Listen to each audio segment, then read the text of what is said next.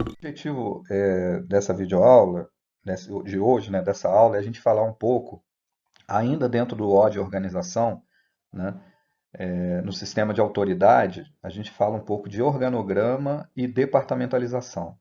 Na verdade, o organograma é só a ferramenta que vai demonstrar como que os departamentos da empresa foram construídos, né? É uma ferramenta gráfica, né, que representa a forma com que os departamentos da organização está foram construídos. Então, basicamente, a gente observa aqui que ele é representado o organograma por retângulos, tá? Linhas diretas sem ser pontilhadas, né? Linhas contínuas que representam a hierarquia, né? E a gente vai ver também que existem linhas tracejadas, né? Que no próxima apresentação nós vamos falar. Mas basicamente o desenho básico de qualquer organograma é a representação das hierarquias nos retângulos e a comunicação entre os diversos setores, né, e a hierarquia via linhas contínuas, né?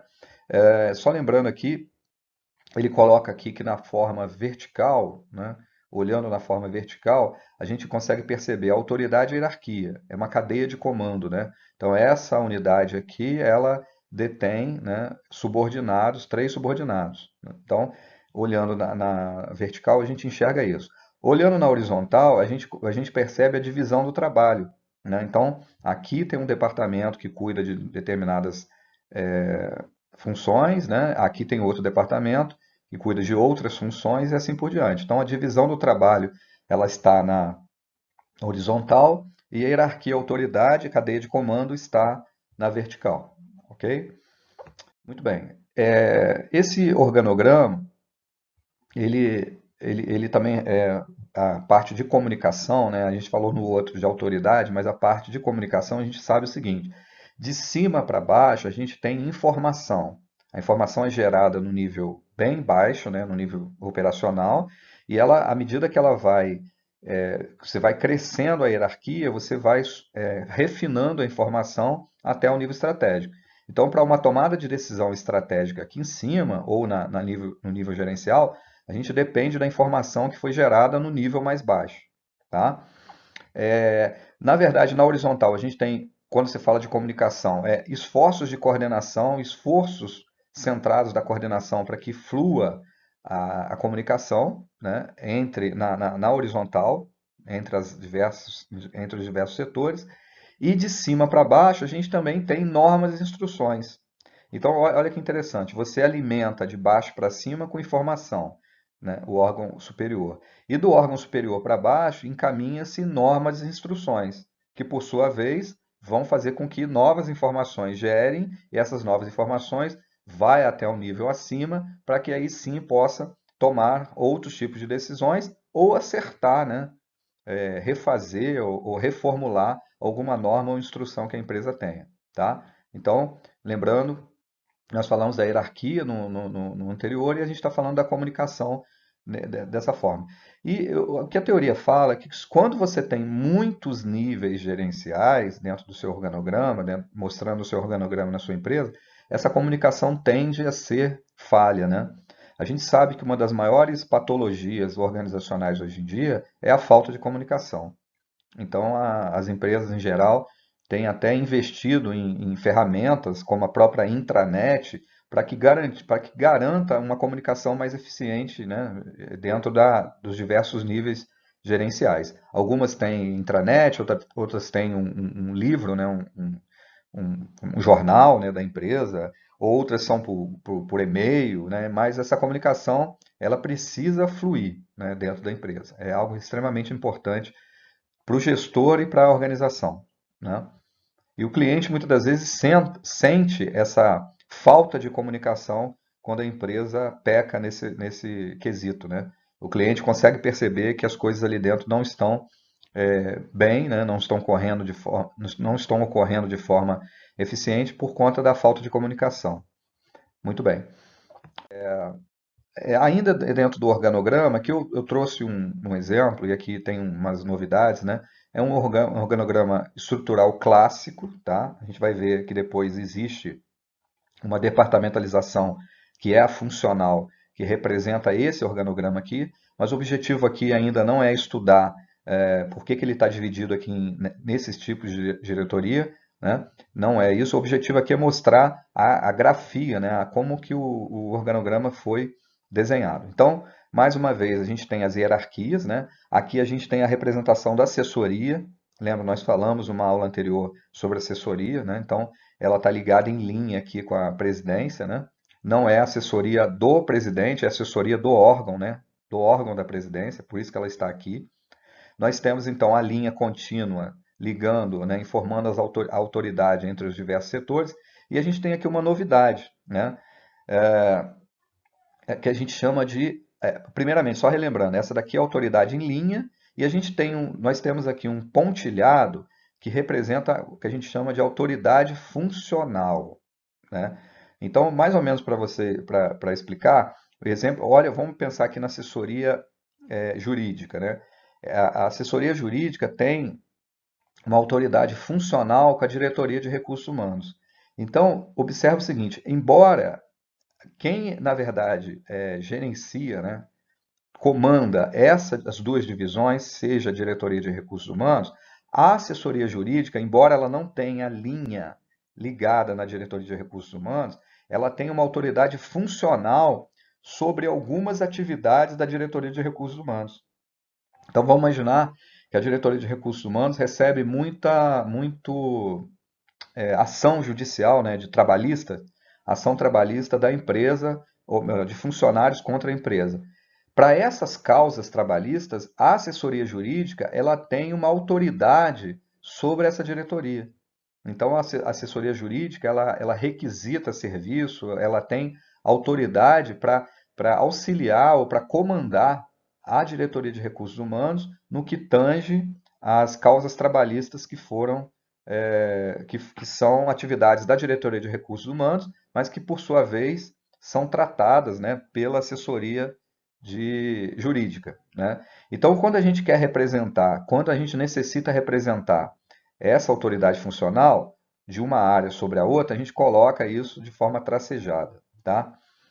Lembrando, uma observação aqui também que eu havia esquecido, na parte de cima do organograma, aqui em cima centralizado, a gente deve colocar sempre o título da organização, né? Então, por exemplo, lá é Companhia Siderúrgica Nacional, aí vem aqui o organograma da companhia e assim por diante. Então, sempre o nome da empresa aparece aqui nessa parte de cima, tá? Outra coisa que nós vemos também nesse organograma é o que a gente chama de unidade provisória. Notem que é um desenho um pouquinho diferente, tá vendo? Isso significa o seguinte: essa unidade ela é provisória, ela tem tempo para se extinguir, né? Então, dentro da diretoria de recursos humanos, nós temos a divisão de recrutamento e a divisão de seleção, ela é temporária. Significa que vai chegar um determinado momento que esse organograma vai ter que ser atualizado e essa divisão não aparece mais, tá? Vale lembrar também, vamos supor que essa divisão aqui de seleção seja terceirizada, tá? Ela seja terceirizada. Se ela for terceirizada, você representa ela com um tracejado, parecido com essa linha, um tracejado inteiro nela aqui, ó. Então significa que é uma divisão que ela é terceirizada, significa que os funcionários não são funcionários diretos da empresa que está sendo demonstrada no organograma. São funcionários terceirizados. Não é o caso desse. Esse daqui pode acontecer que eu tenha direcionado alguns funcionários para dentro dessa divisão, ela é provisória. Quando ela terminar, né, quando isso aqui se encerrar, essa seleção se encerrar, os funcionários voltam para as suas áreas correspondentes, ok? Então aqui é uma visão onde a gente precisa entender a autoridade em linha, a autoridade funcional, né, e a unidade provisória, ok? Bem, então aqui até explicando um pouquinho melhor sobre a autoridade funcional que nós falamos no slide anterior. Eu coloquei, a linha contínua é a linha de autoridade, né? É a que está na vertical. A hierarquia demonstra a hierarquia, né? E a de coordenação é o que está na horizontal, né? Então, de cima para baixo é a autoridade e na horizontal é a coordenação, são as direções, são as coordenações. A autoridade funcional é a autoridade de função, isto é o poder que o titular de uma unidade tem sobre a outra unidade com relação a uma função. O poder que o titular de uma unidade tem, né, sobre a outra unidade com relação a uma função. Então, olha o exemplo. Assessoria jurídica em assuntos legais trabalhistas detém autoridade funcional sobre a Superintendência de Recursos Humanos, que continua mantendo sua subordinação ao presidente. Então, por conta de assuntos específicos legais trabalhistas, existe uma autoridade funcional do setor jurídico com o Departamento de Recursos Humanos. Foi aquele exemplo que eu mostrei, no slide anterior. E aí ele coloca, a autoridade funcional ela sobrepõe a hierárquica, a não ser que haja manifestação contrária. Então, para aquelas ações trabalhistas, o pessoal da assessoria jurídica, ele tem total poder sobre o departamento de RH naquelas atividades, ok?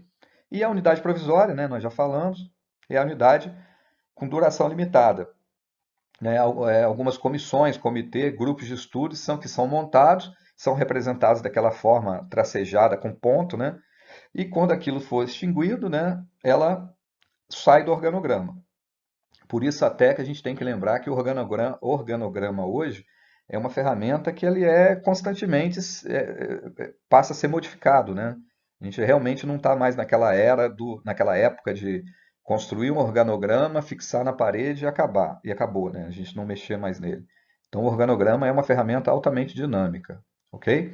Não tendo dúvidas sobre a autoridade funcional ainda, use o nosso fórum e poste lá sua dúvida que a gente possa colocar mais alguns exemplos, tá?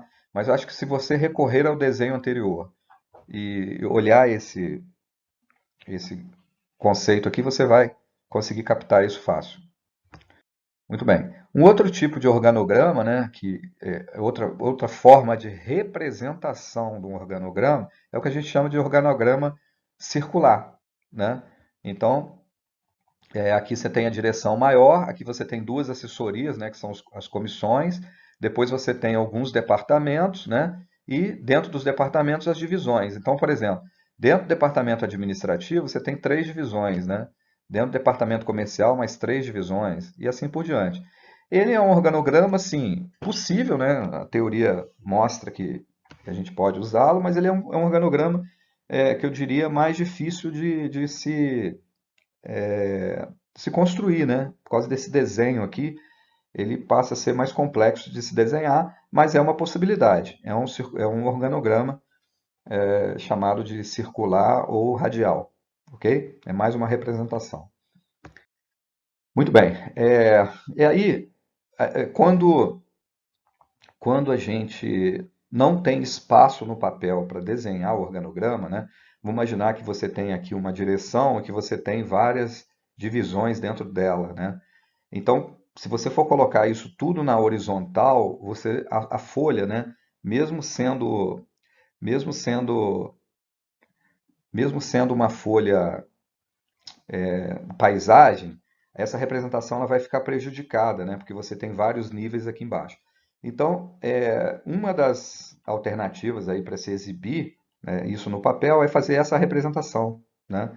Você coloca ali uma caixinha e puxa uma perninha aqui e vai desenhando as outras sub-áreas aqui dentro, tá vendo?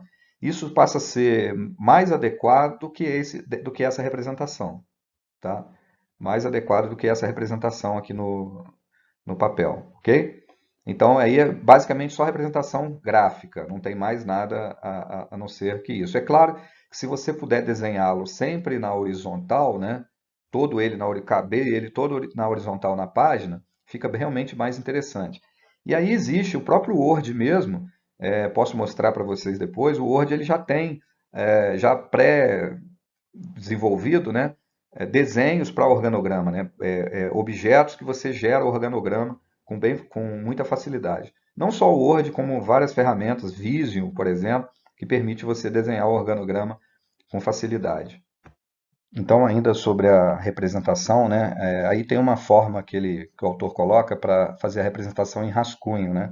Se for em rascunho, você não precisa fazer os retângulos, né? Basta você colocar dessa forma, que depois você entende, vai entender quando passar para a forma oficial, né?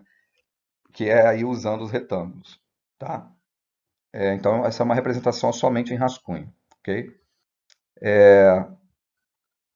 Então, o que que o organograma permite analisar, né? Então, se a gente olhar o desenho especificamente do organograma, né, a ferramenta organograma, o que que ele permite analisar?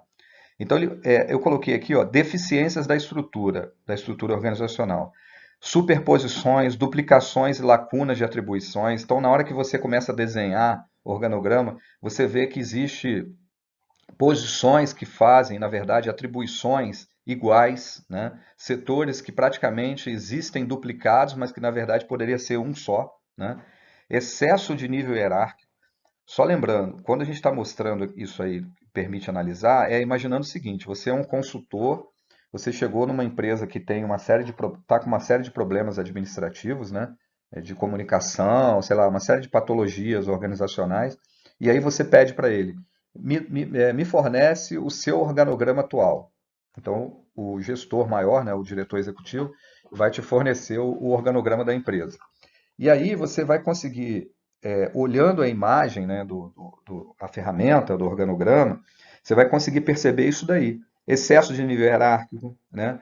Excesso de subordinados para o mesmo chefe, que é possível também, naquele retângulo que você faz, que você representa a unidade organizacional, né, o departamento, tem algumas empresas que adotam de colocar ali o número de funcionários dentro daquele setor. Tá? Então, por exemplo, você tem assim, diretoria de produção, direção de produção. Aí embaixo você tem lá, sei lá, abastecimento. Aí você coloca embaixo assim, 30. Então significa que naquele departamento de abastecimento você tem 30 funcionários que estão ligados, obviamente, à diretoria de produção. Tá? Então, quando você coloca o número ali dentro, você consegue perceber isso aí, ó, excesso de subordinados para o mesmo chefe. Tá? Subordinações inadequadas, né? Setores com funções diferentes, que são bem diferentes, que são subordinadas a um departamento. Né? Então, por exemplo, diretoria de RH, aí você tem dentro da diretoria de RH, recrutamento e seleção, aí você tem lá logística. Poxa, isso aí é uma subordinação inadequada. Por que o setor logístico está subordinado à diretoria de RH? Então, é uma deficiência na estrutura organizacional que o organograma permite analisar, né? Subordinações múltiplas, né? E aí é o que ele fala. É sempre mais fácil ignorar as deficiências quando elas não estão explícitas.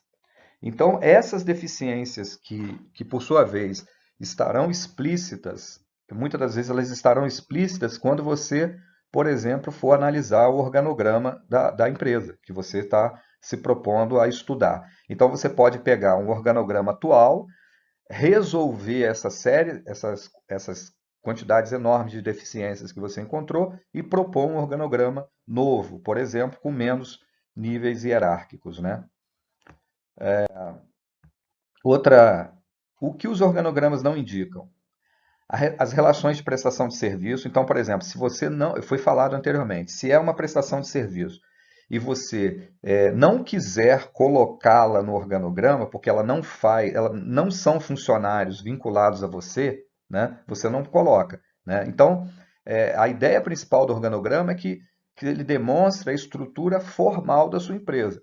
Se um departamento é terceirizado, ele não precisa aparecer. Embora eu sugiro esse departamento apareça com a linha tracejada, como eu falei nos slides anteriores, né? Que aí vai mostrar o que são prestadores de serviço. Então, as diferenças de grau de autoridade e influência entre as pessoas que aparecem no organograma no mesmo nível. Então, se você tem áreas que estão no mesmo nível, todas têm o mesmo tipo de autoridade. Agora, se existe uma influência entre uma ou outra perante a alta administração, né, a administração maior, isso ele não demonstra. Ele demonstra que todo mundo que está na mesma linha têm o mesmo grau de autoridade entre eles e são subordinadas uma área superior. Agora, se existe uma influência política, talvez, entre um ou outro, isso o organograma não mostra, tá? E o que ele não mostra também é a organização informal, ou seja, o organograma só apresenta a estrutura formal. Estrutura informal ele não apresenta, ok? Então, aqui eu queria colocar duas proposições aqui interessantes, né? É importante salientar que o novo organograma deixa de ser um elemento totalmente estático, rígido e segmentado para se transformar num ponto de referência da estrutura hierárquica da empresa num dado momento. Notem, foi o que eu falei. Ele hoje não pode ser mais um organograma rígido, estático. Ele representa, num determinado momento, a situação hierárquica da empresa, né? Nessa nova postura, o organograma deve possuir um caráter dinâmico, ser altamente flexível e funcional, possibilitando uma integração sistêmica e sinérgica entre todos os setores da empresa. É verdade.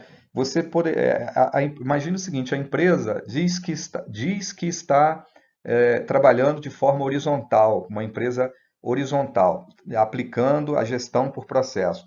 Se o organograma dela é funcional, por exemplo, ele não está representando no organograma a situação que ela quer viver de forma por processo, né? Então, não adianta você colocar no desenho uma situação e na prática fazer outra, né? Ou o contrário também. É, basicamente isso, você desenhar um organograma de uma forma e a empresa está atuando entre as áreas, né? Está levando as áreas organizacionais, né? Os departamentos em si, de uma outra forma, né?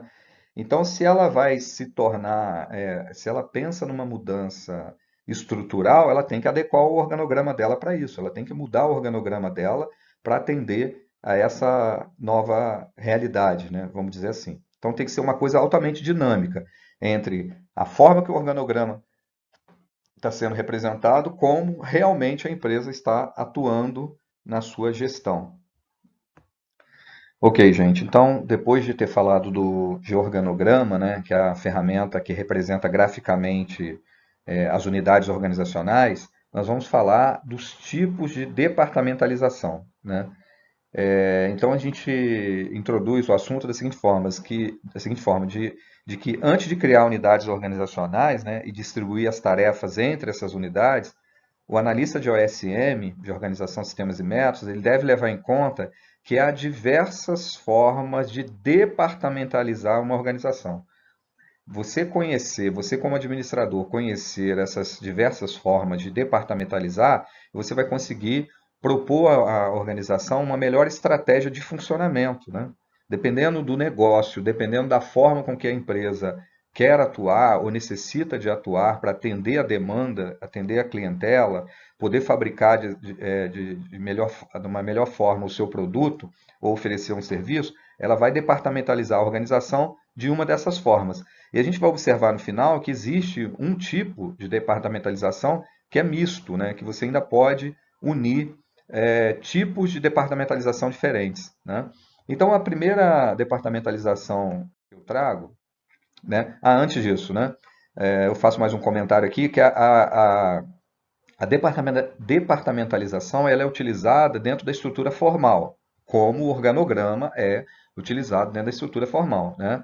Então, para aumentar a eficiência, o controle, descentralizar a autoridade e a responsabilidade, né, alguns teóricos organizacionais desenvolveram maneiras de dividir a organização em subunidades, né?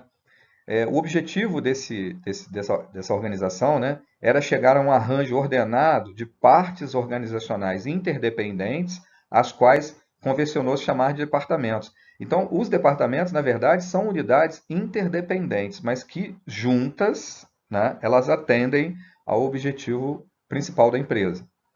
O departamento, né, essa unidade, representa um segmento de uma organização da qual uma atividade distinta foi identificada. Então, eu identifico um conjunto de atividades distintas, eu posso unir atividades parecidas, né, dentro do mesmo conceito e criar um departamento para compô-la.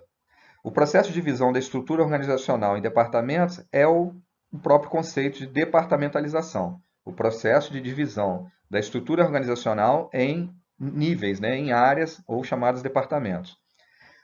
Objetivando agrupar as atividades homogêneas que possuem uma mesma linha de ação, segundo características de complementaridade e similaridade. Então, atividades homogêneas que se complementam, né, que são similares, a gente agrupa dentro de um departamento.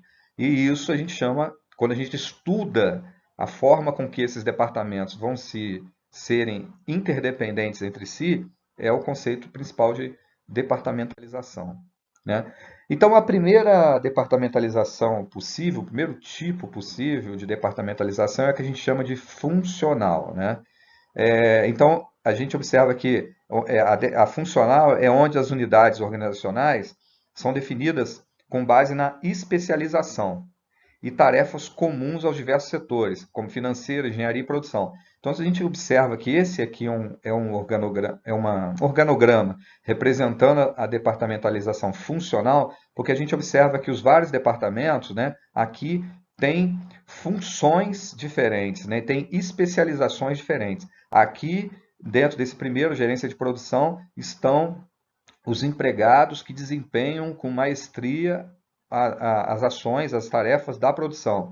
Dentro desse departamento de marketing estão também os funcionários que detêm todo o conhecimento da área de marketing e assim por diante, né? Ele é um tipo de departamentalização que é aconselhado, né, para empresas que têm diversas linhas de produto, né? É um dos primeiros tipos de departamentalização existentes, né, o mais tradicional que se tem, por ele agrupar de acordo com as funções que desempenham. A gente tem um problema nesse tipo de departamentalização, é que existe uma tendência dessas diversas áreas não conversarem entre si, né? Como na verdade dentro de cada área dessa existem especialistas, né, considerados especialistas em cada área do negócio, eles acham que detendo as informações, atendendo a organização somente aqui dentro, eles resolvem o problema, eles já fizeram a parte dele. E a gente sabe que isso hoje, quando você pensa numa visão horizontal, né, da empresa, isso pensar isoladamente é algo que não contribui para o todo, né? Muitas das vezes os processos organizacionais e as estratégias que as empresas têm para atender, elas não são construídas somente olhando um único departamento, e sim uma visão sistêmica do conjunto deles, né? Então, a departamentalização funcional, eles têm esse problema. Embora a gente tenha especialistas mesmo, pessoas que têm um alto grau de conhecimento do que eles fazem dentro de cada setor, eles muitas das vezes não contribuem para o todo, tá? Então, é um tipo de departamentalização bem tradicional. Um outro tipo de departamentalização, que assim já é menos utilizado que aquele outro, mas é possível, que é a por quantidade. É, ele coloca o seguinte, ele existe, né, quando há um número elevado de pessoas desempenhando determinada atividade, principalmente em turnos de trabalho, né? Então, se você observar aqui, ó, na gerência de estamparia, você tem 3 supervisões, cada supervisão pode ter aqui o seu coordenador, o seu operador e assim por diante. Mas você observa ele aparecer 3 vezes porque aqui, por exemplo, essa supervisão é do turno da noite, essa daqui é do turno da manhã, esse aqui é do turno da tarde, né? Então, por uma necessidade da organização, você pega um ou vários departamentos e subdivide ele em turnos de trabalho, né? Então, basicamente, por isso que se chama por quantidade. Isso é realmente empresas maiores, né, que trabalham com produção em turno, que vão poder utilizar esse tipo de departamentalização por quantidade. Ok? Um outro tipo é a chamada departamentalização territorial ou por função geográfica, né? Então, qual é a ideia? Você tem uma subdivisão do departamento, mas por áreas geograficamente distribuídas, né? Então, quando você tem, na verdade, multinacionais que, por exemplo, segmentam a cadeia produtiva. Se você pensar na Nike, então, por exemplo, a produção de um produto, né, da Nike, ela é feita uma parte aqui no Brasil, outra parte nos Estados Unidos, outra parte na Índia, né? Então, a produção é separada geograficamente dentro do planeta, né?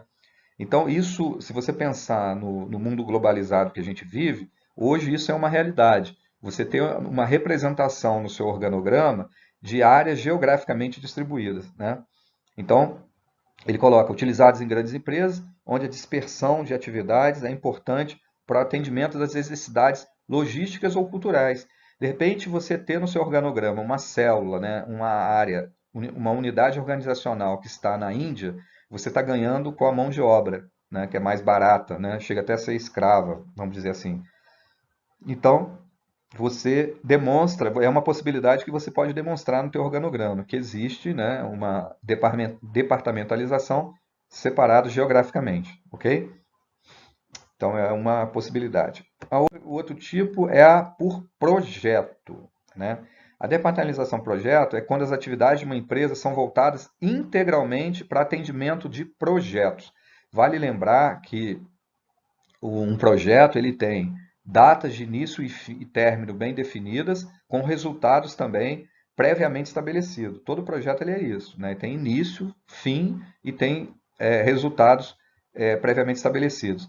E, e que, na verdade, são alocados nesses projetos e administrados recursos sob a responsabilidade de um coordenador. Então, existe um coordenador do projeto que gerencia recursos de pessoal, recursos materiais, recursos financeiros, né, em cada projeto, e eles são temporários. A grande característica aqui é que esses projetos mudam ao longo do tempo. Então, pessoas que estão no projeto A podem ser alocadas para o projeto B ou C, ou pessoas que estão no C podem ser alocadas posteriormente para o projeto D. Então, isso aqui é muito dinâmico, né? Os projetos, por terem fim, eles são temporários aqui dentro para a entrada de novos projetos, né? Então, foi o que eu falei em cima.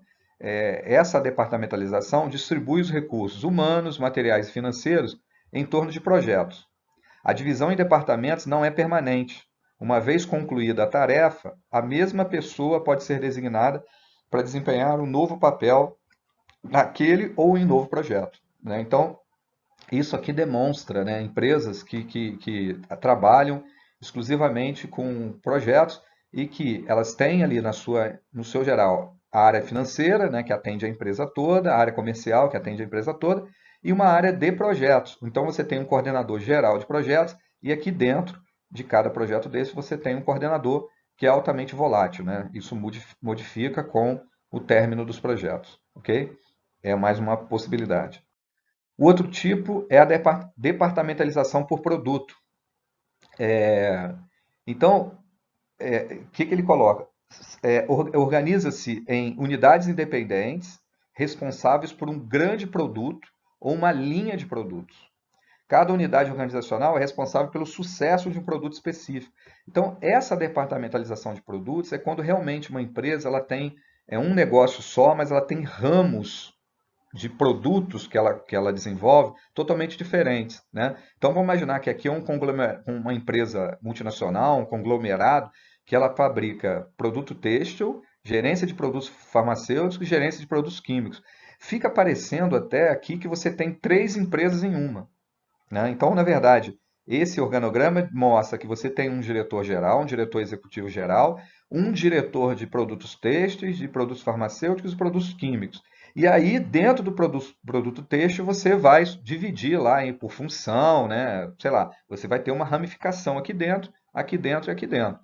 Então, notem que a empresa ela conseguiu segmentar, ela conseguiu subdividir o negócio baseando-se nos três grandes produtos que ela fabrica, né? Então, cada unidade organizacional aqui é responsável pelo sucesso de um produto específico, mesmo tendo um diretor. Se você pensar que me veio na cabeça agora o SBT, né? Os SBT lá ele tem a parte de Jequiti, ele tem de produto, né? De perfumaria, ele tem um banco, ele tem, né, a gente observa lá que a rede SBT, ela tem, por exemplo, várias empresas aqui dentro, né, o Baú da Felicidade, sei lá, né, tem aquelas outras empresas do setor, ele tem a parte até de hotelaria também. Então existe um diretor geral e você tem como fosse, desculpem o termo, subempresas aqui dentro, né?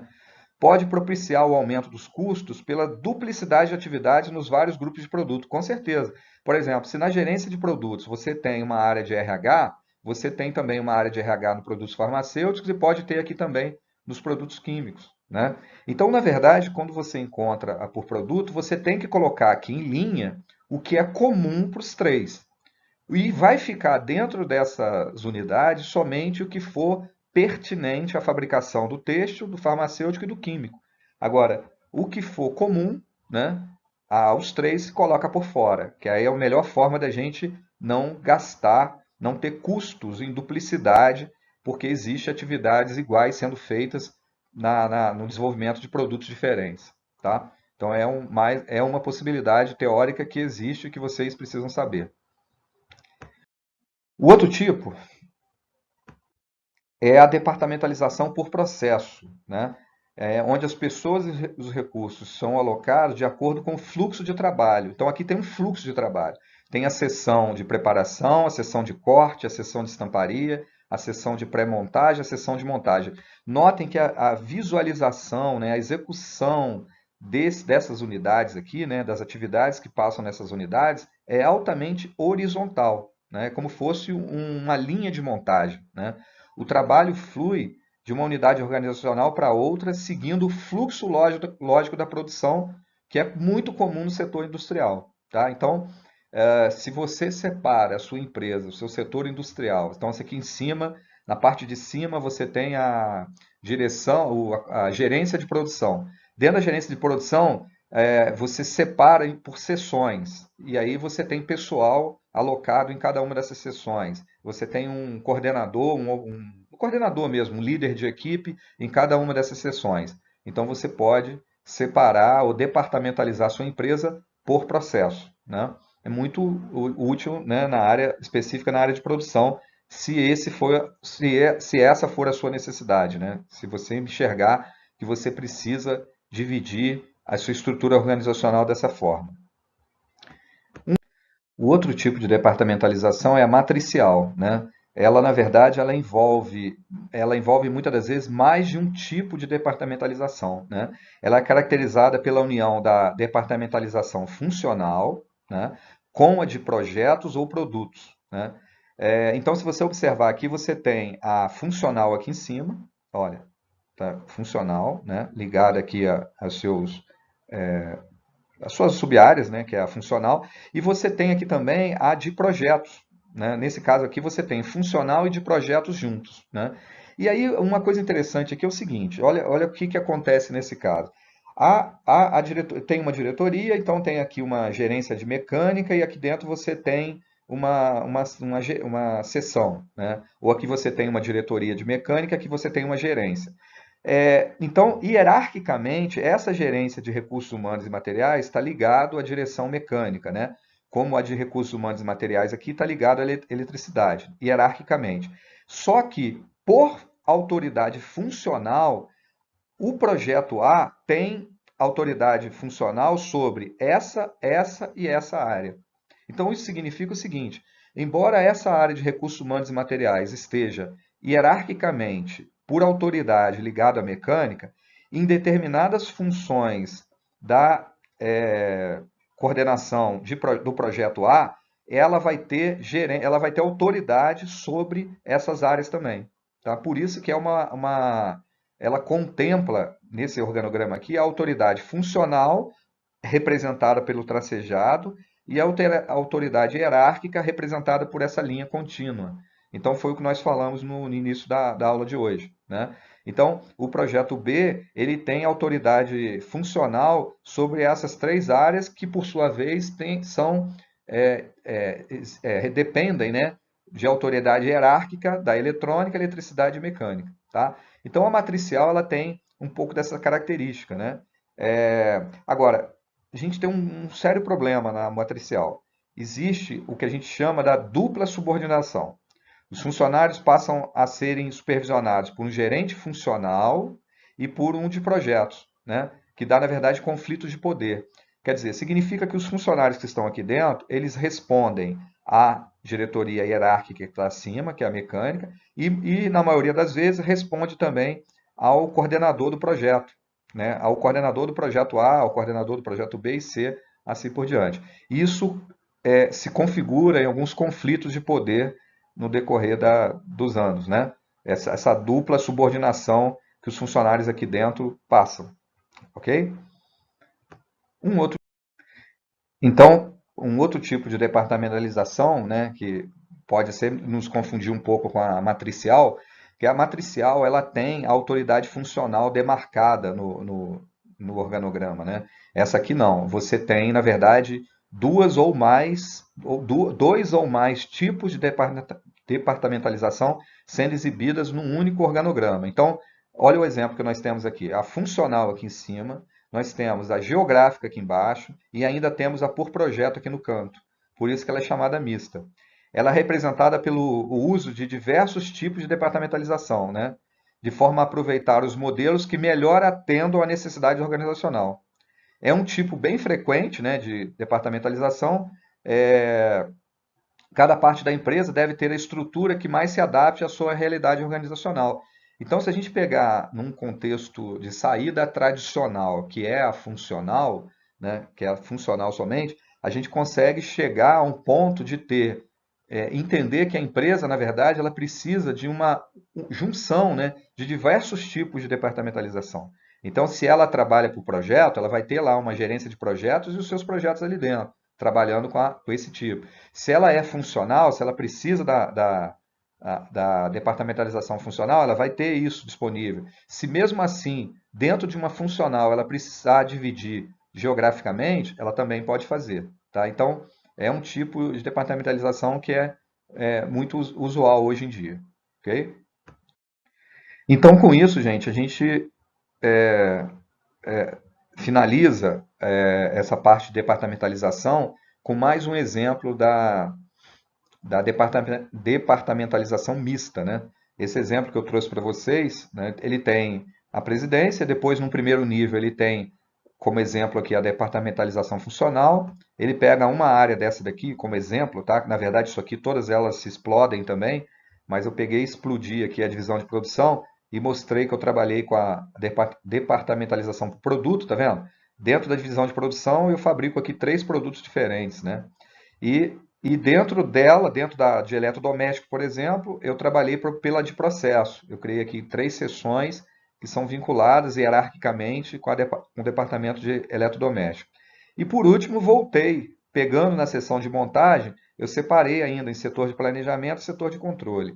Tá? Então, isso é só para mostrar para vocês que, de acordo com os níveis que você pensar para dentro da sua empresa, você pode facilmente e deve utilizar departamentalizações diferentes, né? O que eu acho que é o mais importante é entender qual tipo de departamentalização atende melhor a sua produção, a sua fabricação, né? Para que você possa atender de forma eficiente o seu cliente, ok? Então, vamos parar por aqui. Nós falamos então hoje nessa aula sobre organograma, né? Que é a ferramenta que representa a própria departamentalização, que é um conceito de subdividir a organização em unidades, né, departamentais que vão, na verdade, caracterizar e unir as atividades comuns. Ok? Forte abraço a todos.